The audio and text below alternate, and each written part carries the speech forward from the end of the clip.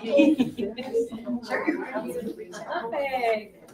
Is everybody ready for today's class? Yes. Everybody asked, so we brought Tera Walker with Lifetime 1031 Exchange. She's been in the business for a long time. So we wanted to bring somebody that's knowledgeable and everything, so you guys learn about the 1031. A lot of customers, have been asking about it, and if you guys have any questions, she's here. Yep. Thank you so much. Welcome. Thank you, Norma. Thank you. Appreciate Yeah, it. thank you. Thank I you. appreciate Norma, Justin, putting this all together, really. Thank you. And I've worked with Norma for a while now on 1031s, Yes. and there's nothing better than working with a great escrow officer. Thank you so much. Yeah, we have a great team. I think you work with Jackie. And all Yes, of us. yeah, definitely. And this is a gorgeous space. I'm really impressed. This is really beautiful. Thank you. Thank you Thank so much. you. Thank you for coming. Of course, my pleasure.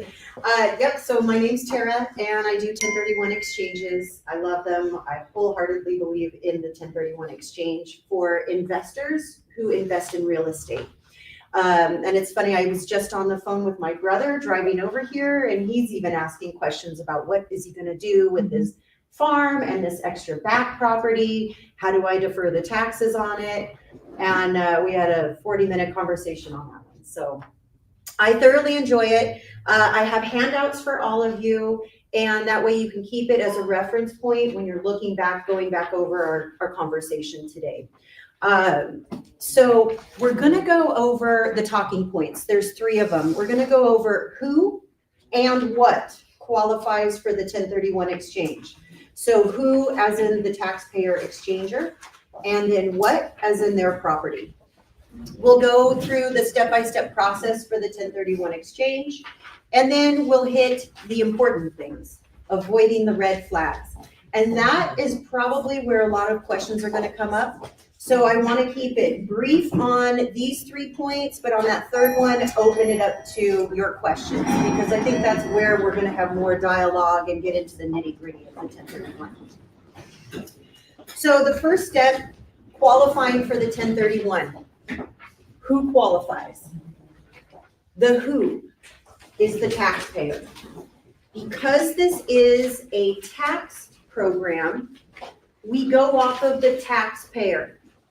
And when we're starting a 1031 exchange, the taxpayer is the seller. So we have to look at the seller. Here you go, I'll give you one of these. The seller is the person who establishes the tax deferred exchange. The tax person is identified by a tax number. Quite frequently, it's our social security number. In other cases, it's an EIN number. So if we have a foreign investor, they'll be assigned an EIN number. If we have an LLC, the LLC could have an EIN number. Corporation, EIN number. Otherwise, we're just looking at individuals with their social security number. We're looking at trusts with their social security number that's attached to the taxpayer. Sometimes we'll have a trust that has its own EIN number. So we have to look at the preliminary title report to establish who the seller is. And then we ask the question, okay, seller, hi, how are you?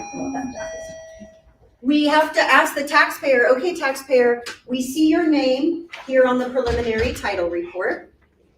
Have you been claiming this property on your tax returns under that taxpayer name and ID number? Most of the time, I'd say like 99.9% of the time, they say yes, of course.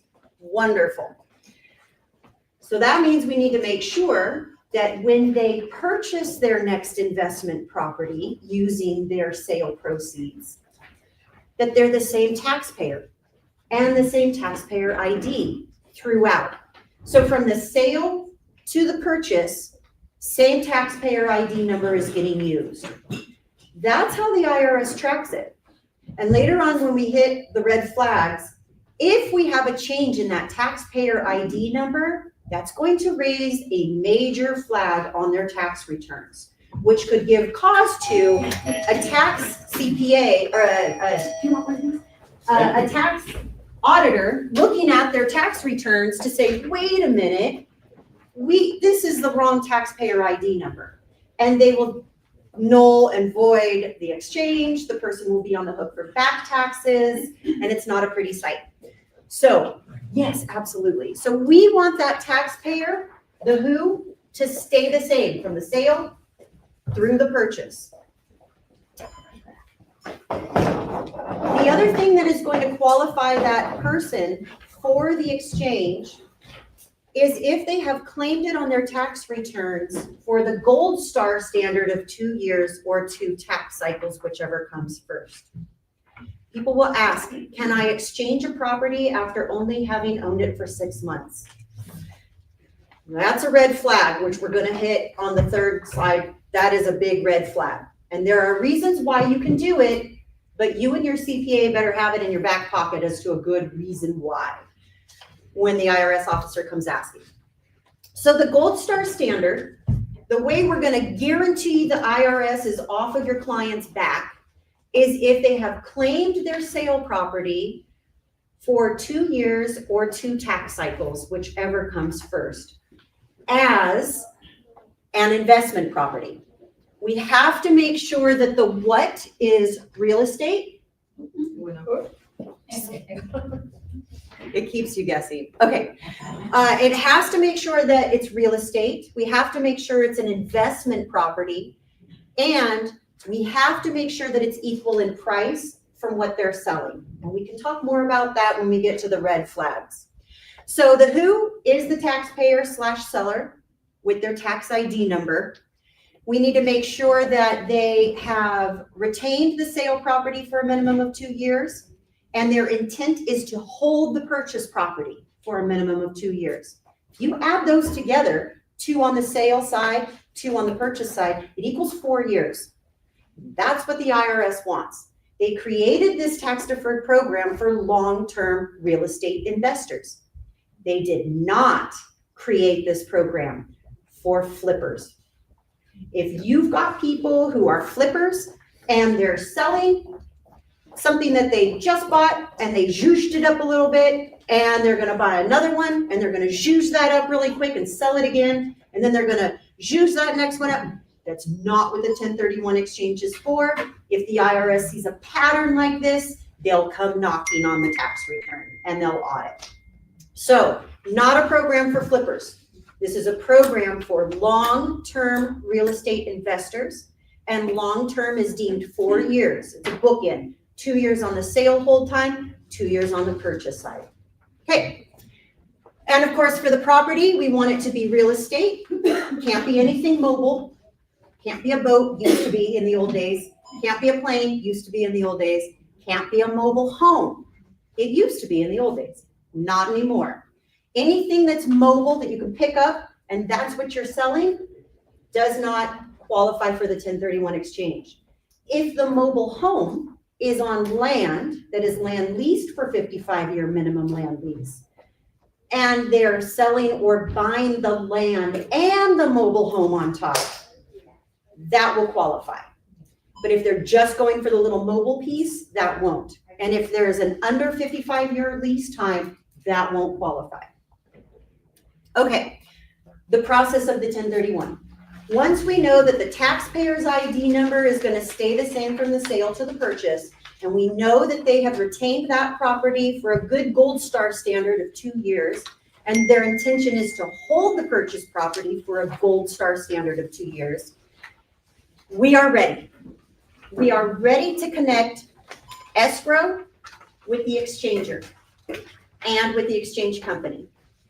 It is critical that we introduce the exchange company with the escrow officer. The escrow officer is the conductor of the orchestra. They are leading all of the key players, the title company, the realtor, the seller, the buyer. They are the point person. If they are not connected with the exchanger, there is no exchange that's going to exist. I've got to be introduced to escrow. That way, I can say to escrow, hello, I'm Tera. Here's what I need from you. And what I need from escrow, that's a great song, by the way. I need the contract. If it's for sale by owner, obviously, no contract. The preliminary title report, that is key because that is where I get the vesting from. And that is the taxpayer. So the preliminary title report, where I'm going to grab the vesting from, and escrow instructions if applicable.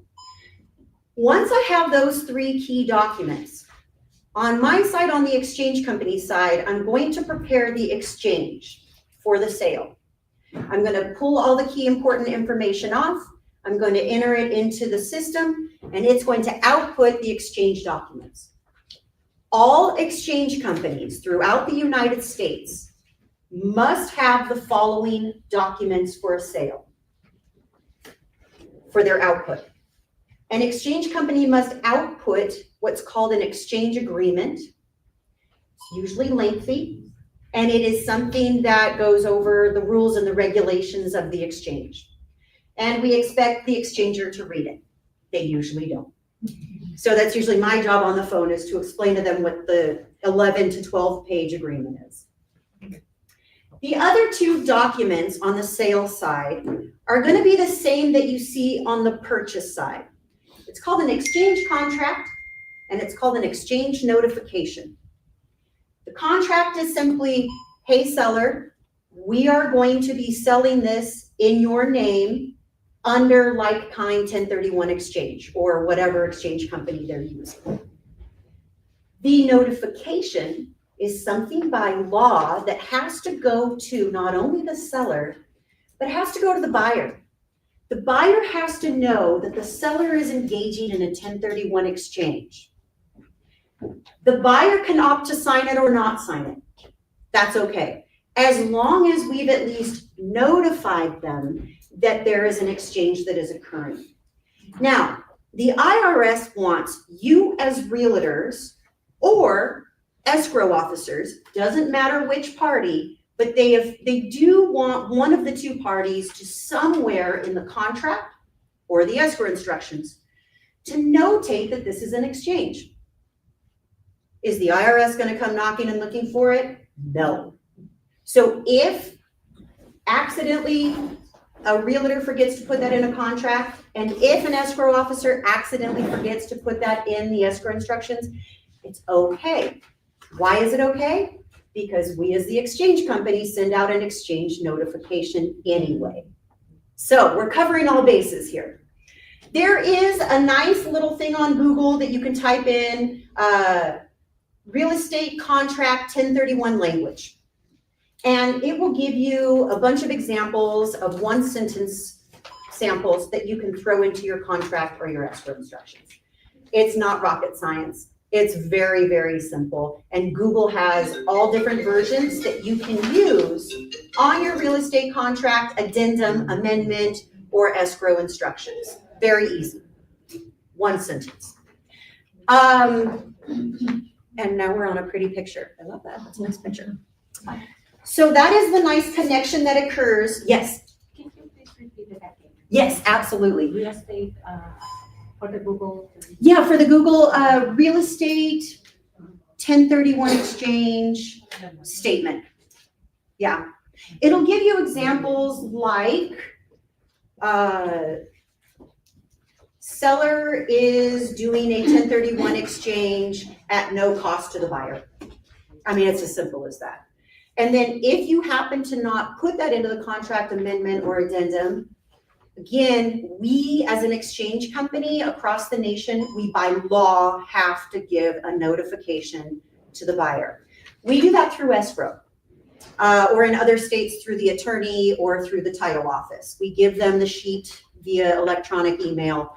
They give that to the buyer, and the buyer can opt to sign it or not. If the buyer doesn't want to sign it, which Lennar Homes hates signing those things. They won't sign anything unless it's their own document.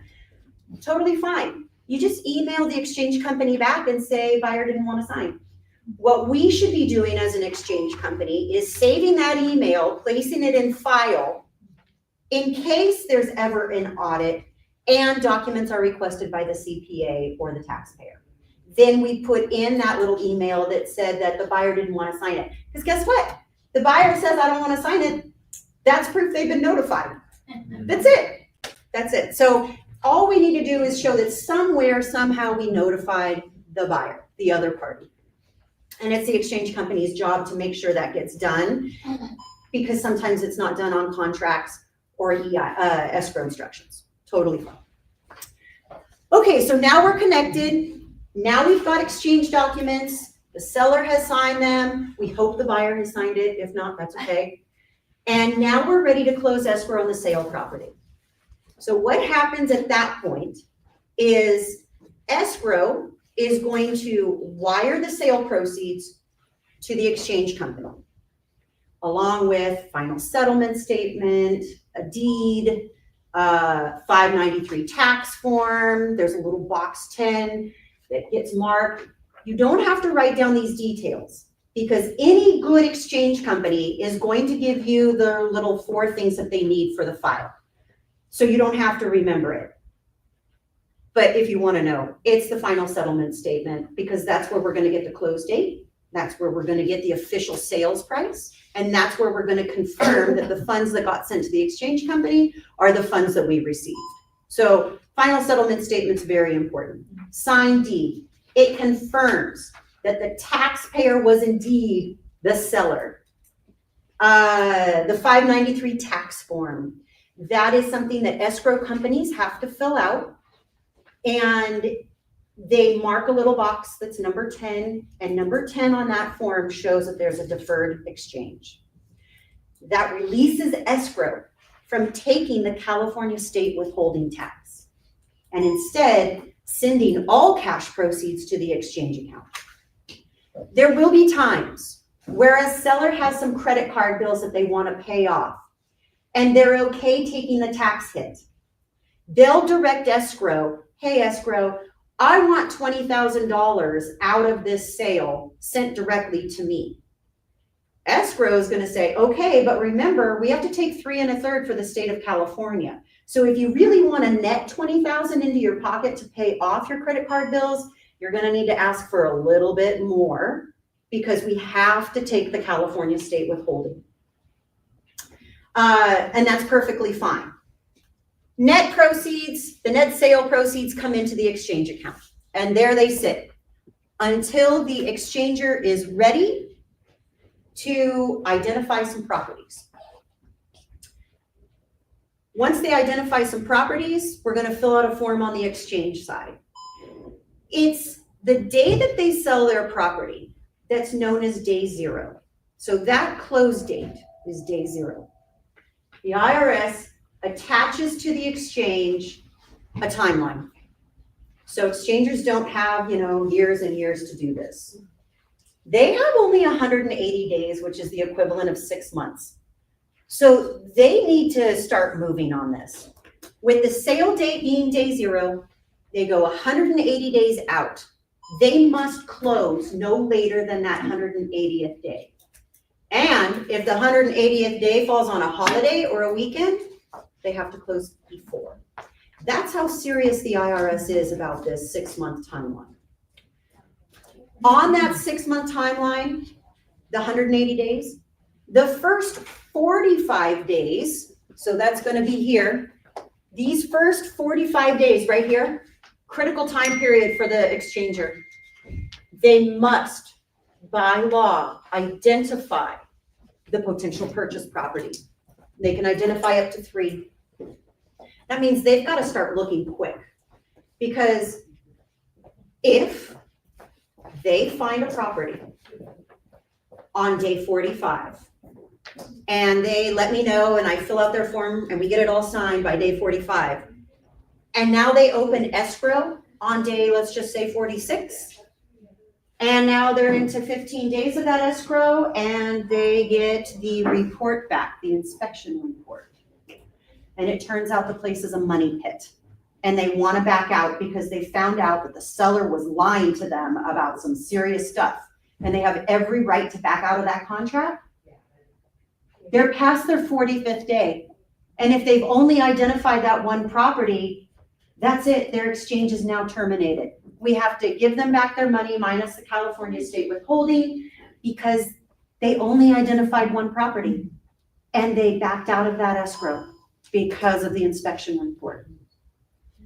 Best practice, we want the exchanger to identify up to 3 potential purchases in case the first one falls through. Now, that was HE double hockey sticks back in 2020 and 2021 when you couldn't get properties because they were flying off the shelf so fast, outbidding one after another. And people were constantly changing their identification form with me because properties were flying off. They couldn't keep them. They couldn't get the property. So we're not in that situation anymore.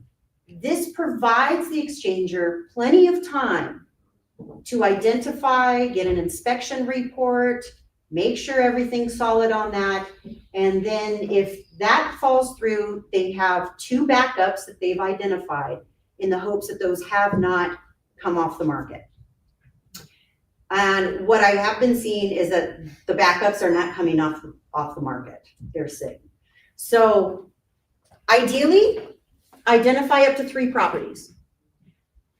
Why not 4?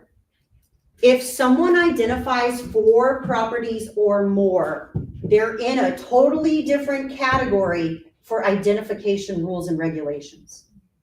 We only identify 4 properties or more if they're going to close escrow on all 4 properties.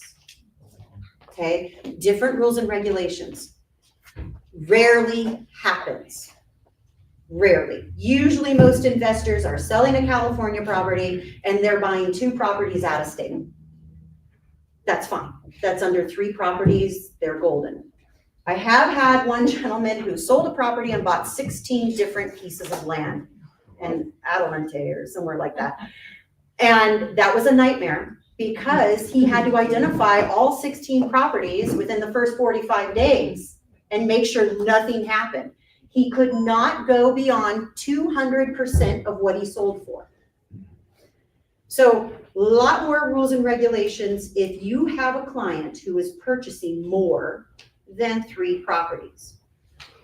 If that happens, call your exchange company with your client and get the additional details on those rules and regulations. I won't really go into it here because it rarely happens. Most people cap out at 3 properties. They don't want to deal with 16 new properties.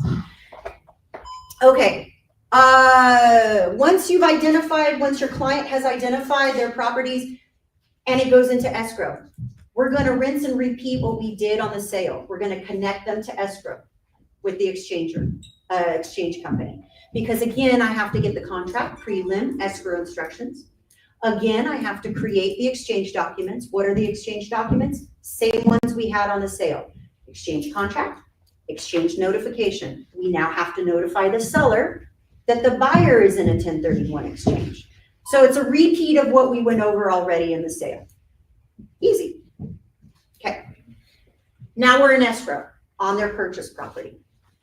And we're coming up on the closing day. That is when I work very, very closely with escrow to ensure that the settlement statement is ready to go, that the buyer has reviewed it and signed it, because we want to make sure that the funds due is what we're going to be sending from the exchange account. So the buyer signs it. A lot of times escrow wants the exchange company to sign it. No problem, we sign it. Everything's ready to go. And then we wire funds to escrow. Escrow closes the account and we're done. If there's any funds left over in the exchange account, those funds now become taxable. And I work with the taxpayer exchanger on that 3 1/3 California state tax. And they're on the hook for their federal tax when they file their tax returns in April of 26 for an exchange they've done in 2025. Okay? That's it in a nutshell. That's the process. All right. Any questions on that process? Yeah. So I know 1031 exchanges are very common in commercial properties. Yes. Do these same guidelines Yes. apply? Okay. Yes, definitely. Yeah. And you can change from, if you sell a residence that you've been renting to a family, you can go to buy something that's commercial. You can go from land to a commercial property. You can go from commercial to residential. You can do whatever you want as long as these 3 things exist. It's gotta be real estate property. Can't be mobile. It needs to be investment related. They can't be claiming it as their primary residence, although we will go into that on the red flag area. And it needs to be equal in price or greater. We'll go into that too. I have a question Yes. for you. So worst case scenario, I identified 3 properties. Yeah. And I heard what you said, you know, in today's market, but assume worst case scenario. Yeah. Something happens. Yes. So what happens now? Yeah, if we get to the 46th day and none of the properties worked out that they identified, then we need to shut down the exchange. We take the 3 1/3 withholding, just like escrow would have done, off of the total sales price. And the exchange company sends that to the IRS on behalf of the taxpayer. We then give the taxpayer their 593 form and their voucher, and we wire the rest of the money to them, and that's it. There are extensions that can qualify the taxpayer, and in California, we are on an extension right now for anybody with an LA County zip code because of the fires. We get it for floods. We get it for medical reasons. I had a client who went into a coma. We extended the exchange. We ended up having to close it though eventually. But there are reasons why you can extend your 180-day timeline and you can extend the 45-day timeline. I tell my taxpayers, if you're on day 44, and it's not a weekend, so I'm open, call me and let's look at the zip code of either where you live, where you work, where you sold, where you want to buy, or if you're an emergency worker, where you're dispatched to. And I'm going to go onto the IRS's webpage and I'm going to review all the zip codes that qualify or the counties that qualify for extensions. And I'm going to see if either your workplace, your home, your sale or your purchase, or if you're a dispatch emergency responder, wherever you're dispatched to. And I'm going to see if that address is in the IRS's system for an extension. If it's not, I'm then going to ask, have you had a family emergency? Oh, you have. Oh, let's write that in there. That's a really good reason why you can extend your exchange. Just make sure you remember that reason in case the IRS, for any weird reason, asks for additional information. The IRS doesn't automatically, if there's a red flag, they don't automatically audit the file. They will send an email to the client, the taxpayer, and say, we noticed you went beyond your 180th day. What was your rationale? And the person who's reviewing their tax returns gives them that opportunity to share what their rationale is. It's up to that officer who's reviewing the tax returns to say, yes, that's a rational reason. Continue on. You know, tax returns look great, no problem. But if for any reason a tax officer is reviewing the tax file, sees the exchange, see it went beyond the 180 days, and they send the email and the exchanger is like, I have no good reason, then they're gonna audit. Yeah. And once you've been audited, most likely you're gonna get audited again. Yeah. And There was, yeah. So the extension is the extension days depend on the circumstances? Mhm. Okay, so it's not like, okay, you get That's right. 20, 30, okay, whatever it is. What they'll usually extend to is whichever one comes first.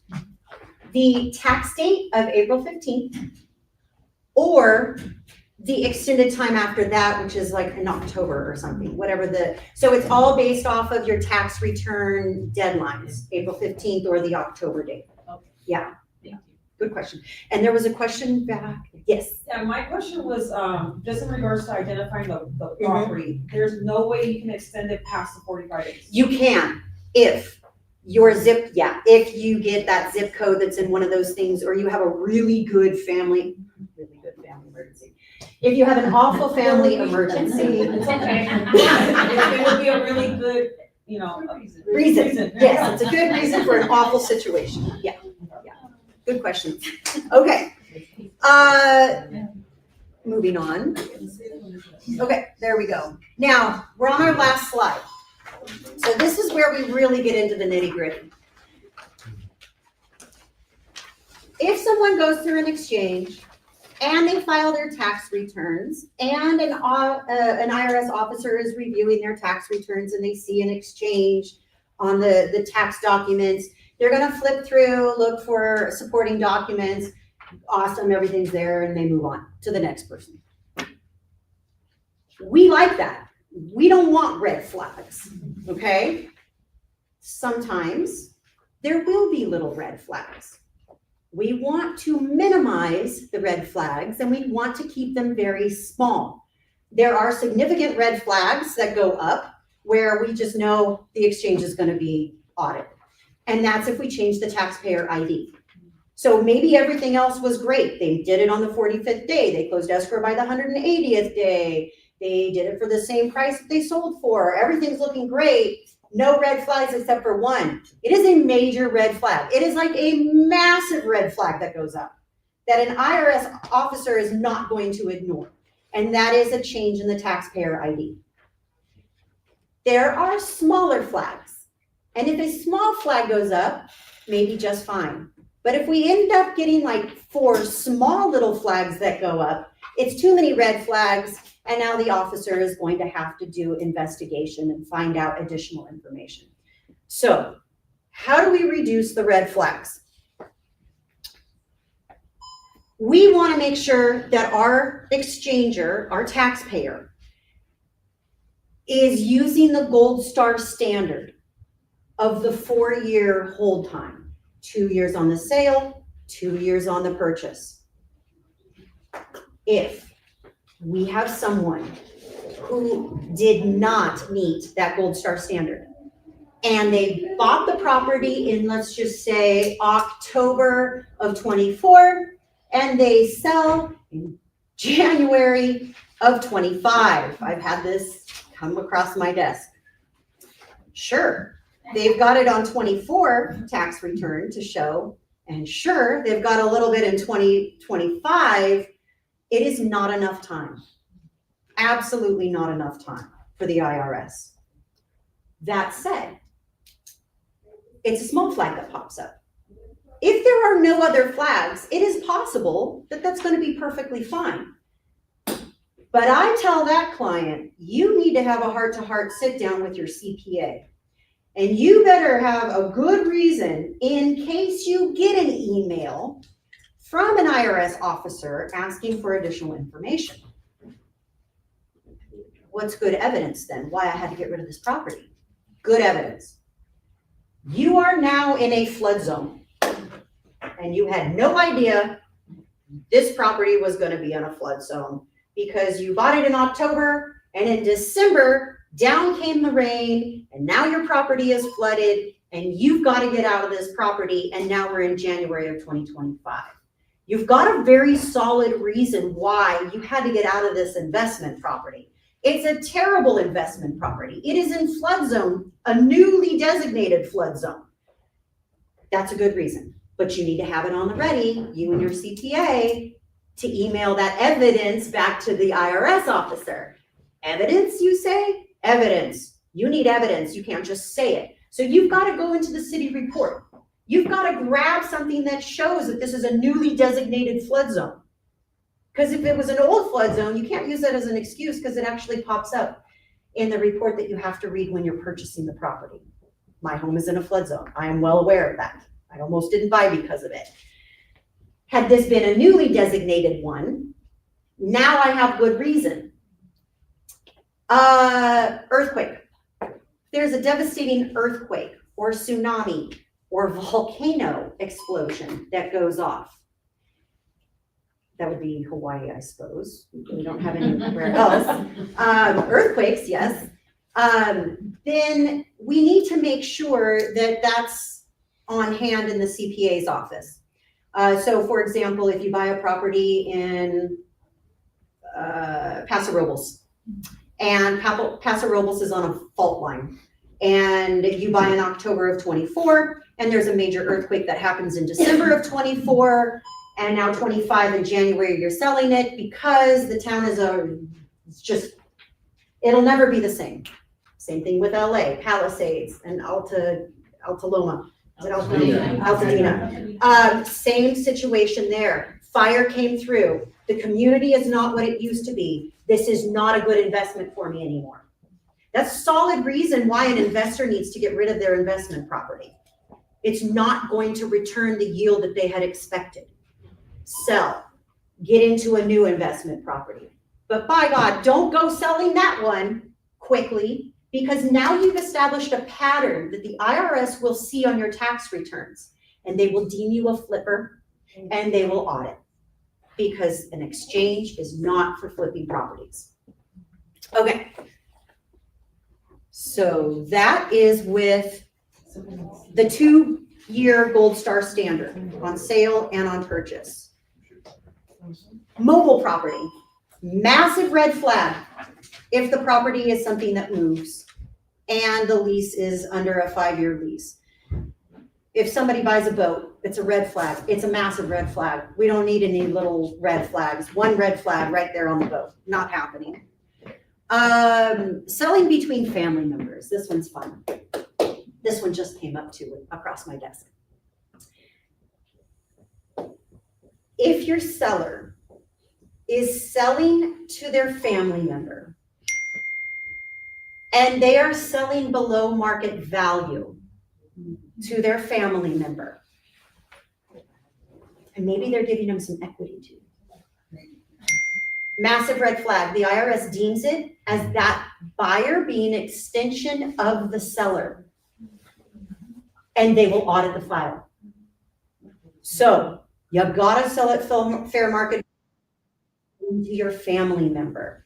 You cannot be giving them the deal of a century, because the IRS will say, no. You did not reinvest into the economy the right way. We're going to audit your file. Now you owe us back taxes on this. So if they're selling to family, they need to sell at fair market value. No deals for family. If they're buying from family, they need to buy it for fair market value, not below market value. It's favoritism.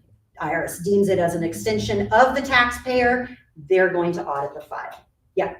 There is a program with the FHA called a gift of equity. Yeah. Where the buyer, Yes. can they use it if No. it's a contract? No. You can't do it that way either? No, not at all. Nope. Wow. The IRS is so sticky on it. That's why a lot of times they'll say just don't buy or sell to family. And if you're renting to family, you better be renting at fair market value. Because if you're turning in your tax returns on this newly acquired investment property and it's depreciating and you're not making your money and the IRS is now giving you money back on your tax returns, that's not what this property was intended for. It's intended to be an investment to make money that you then, in the long run, get taxed on, and you're now giving back to the IRS in that way. And you're also reinvesting in the economy. So if you're doing anything where you are not getting the full market value and reinvesting back into the economy at that fair market value, IRS is not pleased. They're saying you cheated the system. You cheated the tax deferred program.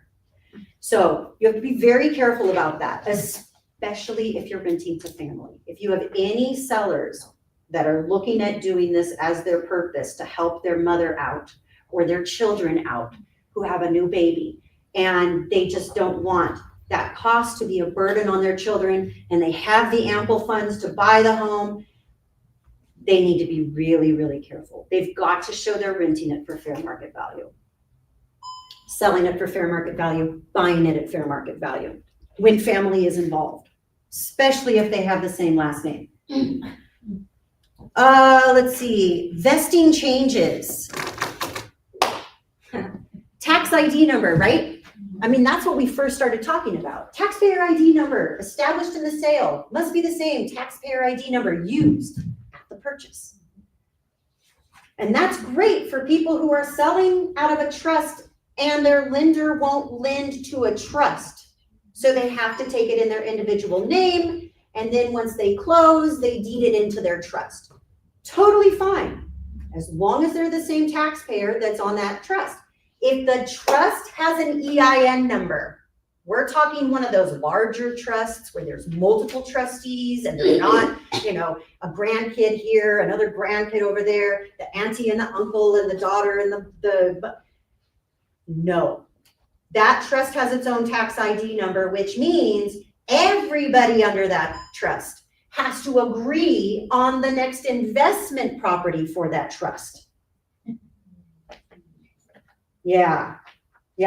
Friend of mine, parent passed away. There was a big family trust with its own EIN number of a major commercial property in Los Angeles. My friend wanted to cash out her part, move it into an exchange so she didn't get the tax hit. Can't do it. Can't separate the trust. You can't work under your own tax ID number because the way you've been filing your income for that has been under a larger trust that has its own EIN number with multiple trustees in it that all have different tax ID numbers. So it works if you're either the only one on the trust, or it works if you are married. And if your trust is in two names and you're married and you file taxes jointly, then the IRS sees you as one taxpayer. No problem. So you have to be married and you have to file taxes jointly for the IRS to see you as one person, AKA one set of tax return documents that you. Partnerships. If you've got a partnership that's selling a major business, and one partner wants to exchange it and the other partner wants to cash out, you have to dissolve the partnership before the sale. And that can cause problems. And that is where we now step in and say, you need to see your tax professional and talk with them about how you've been filing your tax returns for the last 2 years on this property. And see if you can do it. Because usually dissolving a partnership before the sale isn't going to give enough tax history to the person who wants to take their share and enter it into a 1031 exchange. And that's because it's been under a partnership tax ID number. So really tough when you're dealing with changes in your title when it's specifically related to taxpayer ID numbers that are changing. We recommend tenants in common. Tenants in common are great, yeah. I had a question for you. So suppose there's a partnership. Yeah. One partner has it in a living trust, the other one doesn't. Yep. I want to sell my share, and I've had that living trust for the past 2 years, that's okay, right? If I want to exchange my portion. Yeah, it depends on how the preliminary title is written. Is it in the partnership title, bless you, or is it a tenant in common? Tenant in common, Perfect. it's a partnership, and it's in the living trust. That's Okay. what the title is. Yeah, if there is tenant in common, that means, hopefully, we have percentages that we're working with. Yes. And that's critical. The person who wants to exchange their share, and if it's in, let's work with 50-50. Yeah. So the person who has their 50% under their trust, Right. and the other person, Joe, who has his 50%. Whatever his vesting is, we don't care, because he's not exchanging. Right. With his 50%. But this group that has their 50% on that preliminary title report that shows there's two owners, Yes. they can exchange their portion. And that is because the way that the preliminary title report has shown that they are two different entities.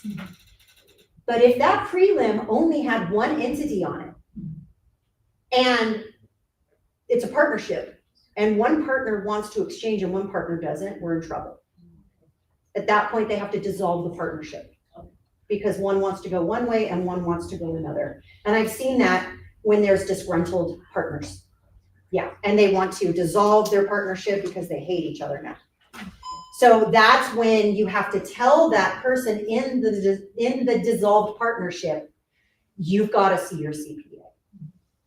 Only your CPA can bless you to move forward at this point because it's the partnership's tax ID number that's been used to file your tax history on this property, not you. But if you've got a 50-50 tenant in common, or a 40-30, or a 35, whatever, 65-25, that's fine.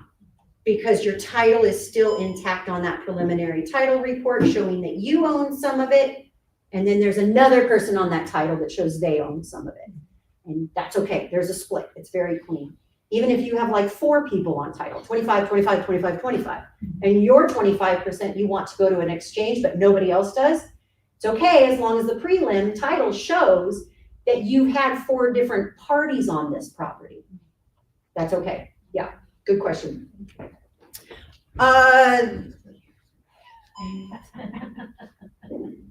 LLCs, okay, LLCs. If you're in an LLC and there's multiple taxpayers in the LLC, 2 or more, and they are not married, and they do not file taxes jointly, you cannot separate out the monies. And one person goes and does a 1031 exchange. It's treated just like it is if it's a partnership, or you don't want to dissolve it right before the sale so that one person can exchange their portion. If the LLC has 2 people and those 2 people happen to be married to each other, but they don't file taxes, not good. But if the 2 people are married and they file taxes jointly, and they want to take title now in their individual names because a lender won't lend to an LLC, no problem. Because the LLC is what's called a disregarded entity. We're going to disregard that LLC title. Because you and your partner are married, you file taxes jointly, you are the same tax person as your LLC. You have to be married, you have to file taxes jointly. That's how the IRS sees 2 people as one taxpayer. Yeah. Does this work the same with the next corporation? Yes, yes. It all comes down to the taxpayer, their tax ID number, and if there's multiple taxpayers involved. Because if there's multiple taxpayers involved, all the multiple taxpayers, if they're going to keep the same name, S Corp, LLC, whatever, they all have to go together into the next investment. And that's because it's not a disregarded entity. It's not something we can just disregard. It is its own separate tax-paying entity. And that tax-paying entity from the sale has to continue into the purchase. So how many taxpayers do we have in the entity? Are they married? Do they file taxes jointly? If so, great, they're all seen as one. Assuming there's only 2 people and they're married and they file taxes jointly. But if we have 2 people that are not married, or they're married and they file taxes separately, we've got to make sure that that LLC or S Corp or corporation that's selling stays on the same title for purchase. Just think, taxpayer ID number. When you fill out a 593 tax form for the sale, we have to put the tax number. Escrow, Norma has to, on page 1, mark in there the name and the taxpayer ID. They go to purchase, they better be purchasing under that same tax ID number. And if there's multiple taxpayers on the sale, they should all be going into that purchase together. Unless, like you had asked with the gorgeous scarf, they're all separated out on title on the sale. This person's 25, this person's 25, this person's 25, this person's 25. Then they can all go their separate ways. Okay, so the title, taxpayer ID number used in the sale is what is establishing who should be purchasing. Did you have a question? You good? Yes. I have a dumb question, but it's not on the taxpayer or LLC, nothing like that. No dumb question in the 1031. I feel like we'll see where it takes us. Okay. I have a customer soon to be like lead right now, wanting to sell her 6-unit property in LA. Yeah. Wants to do a 1031 exchange to buy a single family residence Mhm. with a guest house. Yes. Can they do that? Yes. Well, Question, are they living in any part of the sale property? Okay, will they live in any part of the purchase and property? that's where I'm getting at. Yeah. She wants to live in one of the units. Beautiful, no problem. Okay, let's talk about that. Square footage, tax returns, right? And this is a tax program, so we gotta go back to the tax returns. I'm gonna add to that scenario that they are also living in their sale property, or let's just pretend, because I have that happen. Big property, everything's rented out, and they live in a small portion of it. That means on their tax returns, they have been filing 2 different types for this property. And they're usually doing it off of square footage. So they take their tiny square footage that's their living quarters, and usually it's really tiny because they can write off the larger part, right? So yeah, the kitchen, oh, I cook for everybody. That's part of the square footage for the investment side. However, they have been filing the percentages on their tax returns, that must be reflected in the sale proceeds that are going to be deemed investment related, that come into the exchange account. For all intent and purposes, let's pretend that their square footage works out with their tax returns, that they have been filing 10% of the property as primary residence and 90% of the property as investment related. When they sell that property, escrow is going to give them the 10% of the sale proceeds to them as primary. No 593 gets to be created for that little part of it. The 90% that is investment related, that's going to be recorded on the 593 on page 3 with that 90% of the sale proceeds written down with box 10 marked showing it's going to an exchange. That 90% of the sale proceeds comes into the exchange account. We're going to throw another layer on there. Let's also pretend they have a mortgage on that sale property, which is going to hit the last bullet point on this. They get to take 10% of the mortgage payoff, and they do not have to reinvest that 10% of the mortgage payoff, because that 10% of the mortgage payoff represents payoff of their primary residence. But if they have the 90% there that they want to move into the exchange that represents their investment portion, they have to replace 90% of the loan payoff.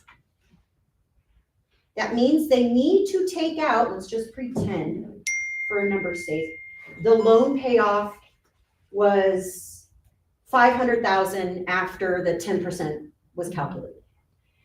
They need to replace that loan of $500,000 back into their next investment property by taking out either another loan for $500,000, or if they're cash rich, an additional $500,000 to cover that loan payoff, or maybe they have like $250,000 sitting around and they're going to do a $250,000 loan.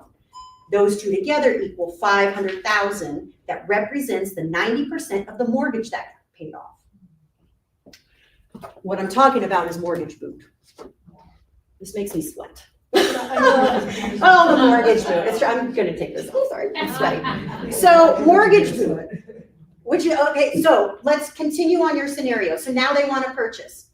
When they go to purchase that property and they're gonna live in a small little back home of it, they need to already know what their percentage, their square footage is. And they need to make sure that their exchange funds that represent the sale that was investment related goes towards the portion of the new property that is investment related. It can't go towards the primary part of the property. So they need to be thinking about how they're going to be filing their tax returns on this new property. Because whatever they move forward for that next investment, it's got to match their tax returns. So that's the time to break out the pen and paper. That is also a good time for them to meet with their CPA. Their CPA knows exactly how they've been filing their tax returns for the last 2 years on the sale. So that means they know exactly how much is investment related so that they can relay that to escrow. So that escrow can send the right amount to the exchange company representing the investment portion. Then, when they go to purchase the next investment, They need to know the square footage that represents the investment portion. And only the exchange funds can go towards that percentage, which means they're gonna have to bring in additional funds to fund the other portion of that newly acquired investment property. Does that make sense? Yep. Okay, I thought she was going crazy, that's Yeah. why I yeah. had asked. Yeah, pen and paper, CPA-ville. What I want to do is hit the last one because we've moved into it with the mortgage boot. I had a whiteboard. Okay, flip your papers over. I'm going to do it with you. I am going to give you the most basic math calculation that you can use with your clients. And I loved it. I literally was in the car on the phone with one of my clients right now doing the T-chart with him. T-chart. Rather not waste that one. Let's waste this one. Okay, T-chart. Big T-chart. We are not doing pros and cons. This is usually used for the pro and con. This is not the pro and con. On the left side, we're going to write sale at the top. And on the right side, we're going to write purchase. You can do this on a whim with your client at any time. This is the dummy-free way of doing the 1031 exchange and figuring out what is the bare minimum that your client can purchase at or above in order to defer 100% of their taxes. Because some people are going to say, I just want to do the bare basics. I don't want to buy up. No problem. For this exercise, we're going to use the sale price of $500,000. So under sale, you're going to write $500,000. You're going to circle it. My writing is atrocious. It means I'm a genius. 500,000. Your clients are allowed to subtract closing costs and commission from their sales price. So let's pretend closing costs, $10,000. So we're going to subtract $10,000 from that 500. We get $490. Right? Yeah. Okay, we all agree on that? The math is good? 10,000 from 500,000, we got 490. Let's say commission came out to 20,000. We subtract 20,000 from the 490. Subtract. Do we all agree that we got 470,000? Okay. I'm going to put a box around this.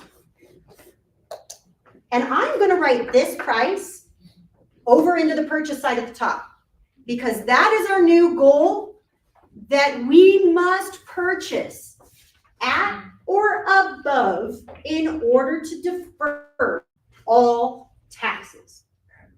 Where we get in the weeds is when your seller says to you, yeah, but equity, oh, but I bought it originally at this, and then I put in some things, and then equity. Don't play that game with them. You go, let me get a piece of paper. Let's take your sales price. And we get to subtract your closing costs and commission because the IRS says you get to.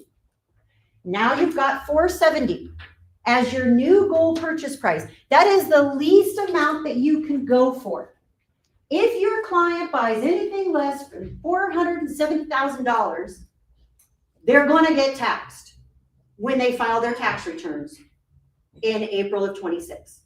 If they're doing their sale right now in 25, they will get taxed. So they need to purchase at or above 470. This is the calculation to use. Do you know what I'm not subtracting from the $500,000 sales price? Their mortgage. So let's say these people still have a mortgage payoff that's going to get done in the sale. I'm going to draw a little squiggly line. Okay, squiggly line. I'm going to write down under the squiggly line on the sales side that they had a $100,000 mortgage or loan. Some people have carrybacks. You know, they loan from a family maybe. That happens. 100,000 down here. I did not subtract it from the 500,000. A lot of people think, oh, it's the net proceeds that I have to reinvest. Not if you had a loan payoff, which is where a lot of people end up getting upside down in their new investment. Because if they don't replace this $100,000 at tax time in April of 26, they better be cash rich, because the IRS is going to come knocking for a tax hit. And if they don't have that cash because they're older, they're ready to retire, and they had this other investment property and they decided to just exchange it and get out of any loan thingy, they better have the money, because the state is going to want 3 1/3, which isn't much, but the federal government is going to want whatever tax bracket that person is sitting in. And if the person is sitting at a 35% tax bracket, they're in trouble. They're going to owe 35% of this 100,000 at tax time. And if they're elderly, maybe they're not at 35%, maybe they're at 20%. They're going to have 20% of this, which is what, 20,000?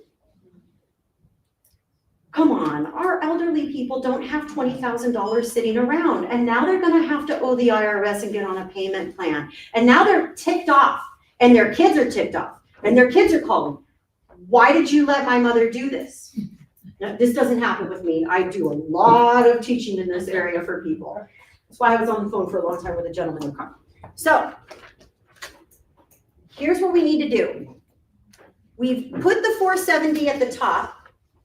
That includes the 100,000 mortgage. So I like to draw a little arrow over, because now this is where you and your client and maybe their CPA needs to do a little number crunching.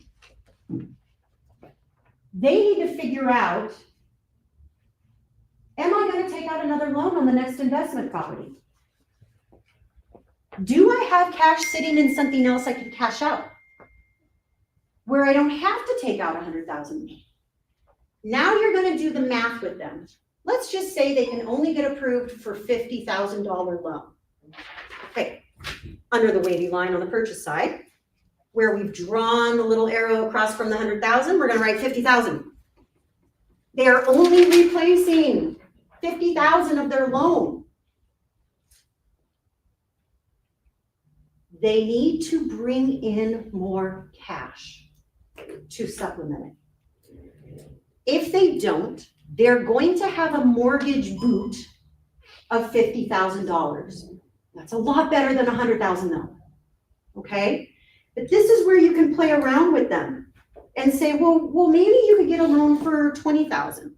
You know, do you have something else you can cash out? Or do you have money sitting that can help supplement this to get us up to the $470,000 threshold?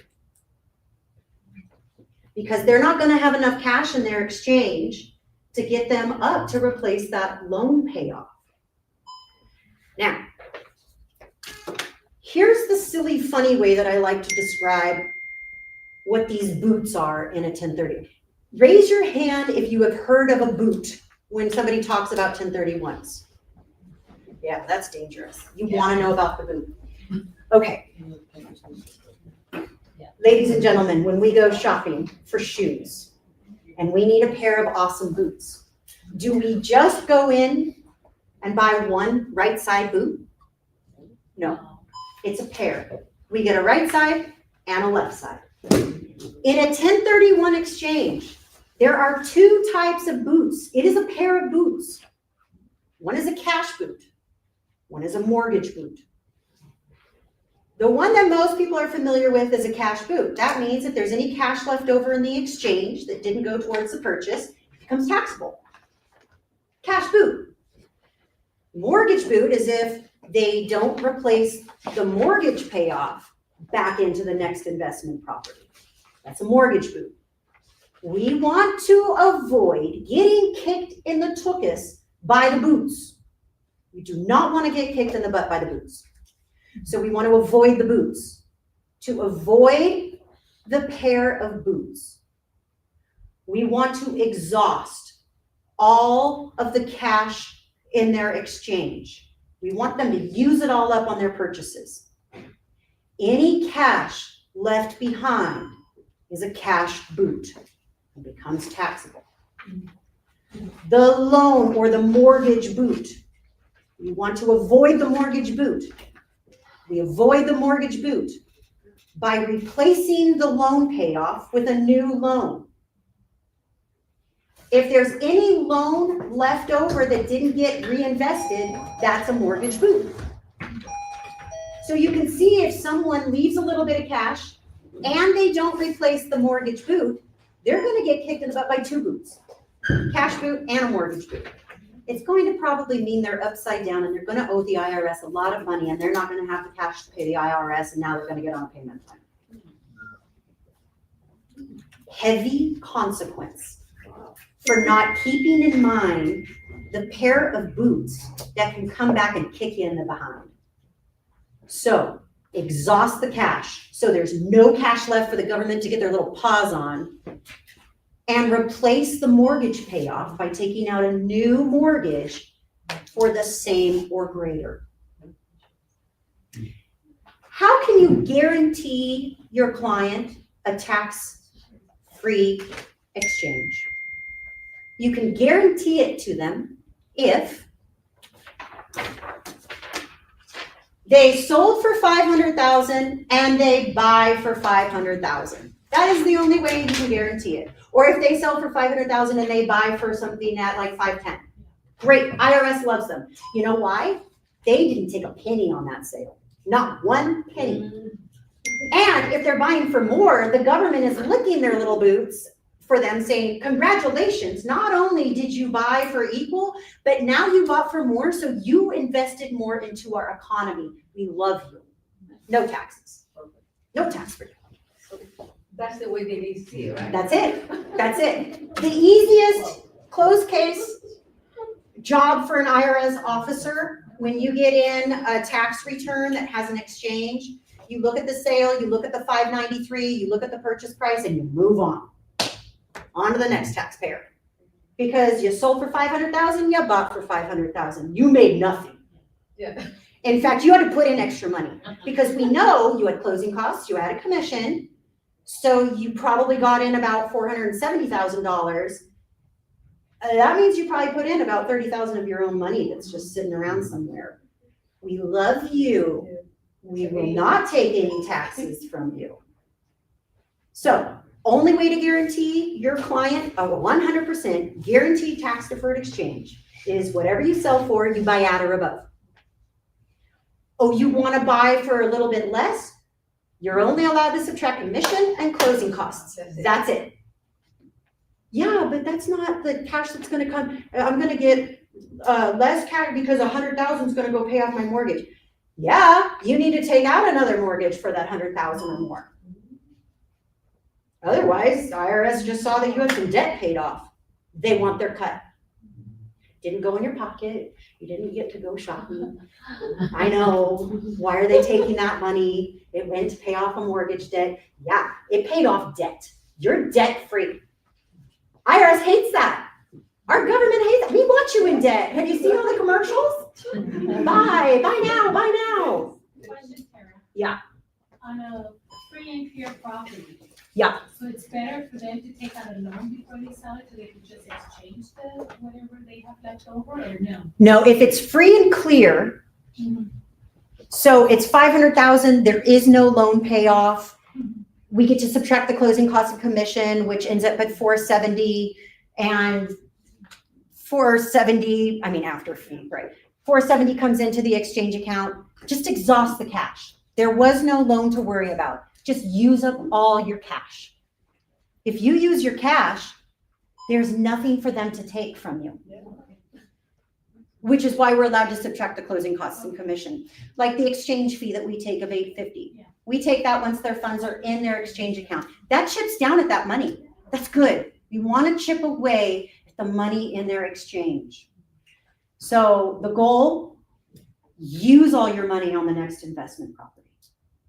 And if you have a loan that's getting paid off in the sale, you better get another loan for the same amount on your next property. You can always go up though. IRS loves you if you go up. I have a question in Yeah. regards to what she said, in regards to refinancing. Yes, Do they look at that, like say you owe maybe 100,000 and now you refinance and pay off your debt or Yeah. whatever? And they look at the date of the mortgage? Nope. No, they don't care Nope. about that. nope, they don't care about refis. Okay. No, now they do want you to have claimed the property on your tax returns for 2 tax cycles or 2 years, whichever comes first. It's Gold Star standard. People do it for less, after a year. But the Gold Star, that's what they're looking for is, okay, you're not a flipper. We see, we've got tax history on this sale property. Oh, okay, you've got this new purchase property. And yeah, pricing. Cool, next. Because if it's free and clear 500,000, you can buy 700,000 and get a 200 loan. That's Sure. right? Government Whatever, loves yeah. you. Loves you. Not only are you not taking a penny from your sale, but now you are investing even more into the economy. Remember, the whole reason for the 1031 is an incentive program to real estate investors. We don't want you to pay off loans and get money. We want you to keep reinvesting in the economy. And if you do make any money on this, we need our cut. 3 1/3 for the state of California, if the sale's in California, and whatever the tax bracket is that you're sitting in. Yeah, but oh God, they love you if you buy more. They do. There are 3 exit plans for a 1031 exchange. For your investment, for your investors who do investment real estate, there's 3 ways to exit. Number 1, sell your investment property, take the tax hit, and you're done. No exchange, you just take the tax hit. Number 2, you die. And the people who are on your will get the investment property, and the old tax base is gone, it's a new tax base, they don't have to deal with the tax hit. Or number 3, which is what I was just talking to my brother about. I love this one. You exchange into a property that you want to retire in. And you rent it for 2 years, right? Gold Star standard. You rent it for 2 years. You're claiming it on your tax returns. This is an investment property. I've got 2 tax years under my belt now. I've served my time on this exchange property. I'm going to change how I classify it on my tax returns. I'm not going to claim it anymore as an investment property. I'm going to claim it as a primary residence, move into it, and retire and die there. No problem. No problem. So if your long-term investors are looking at how do I get out of this exchange thing, where the take the tax hit, or you die and leave it to the people who you're leaving it to, or rent it out for a couple of years and then move into it and make it your retirement home. They just need to know that once they change it on their tax returns to their primary residence, if they ever want to sell it again into a 1031 exchange, they have to now go back to claiming it as an investment property. They need to get 2 years of tax history on the IRS records to show it's an investment property. And then they can enter it into a 1031 exchange again. Yeah, so big key takeaways. Bookends, 2 years, 2 years. Pair of boots, 2 things you get taxed on, cash and mortgage, if they don't get reinvested. That's it. That's the 1031 exchange really simplified. I hope it was simple. Yeah, I know. There's a lot of gray area. Whenever we enter the gray area, that's when you call me. And it may be so gray that that's when I say, call your CPA. Yeah, because I will tell you this right now, I am not a tax person. I don't even file my own taxes, okay?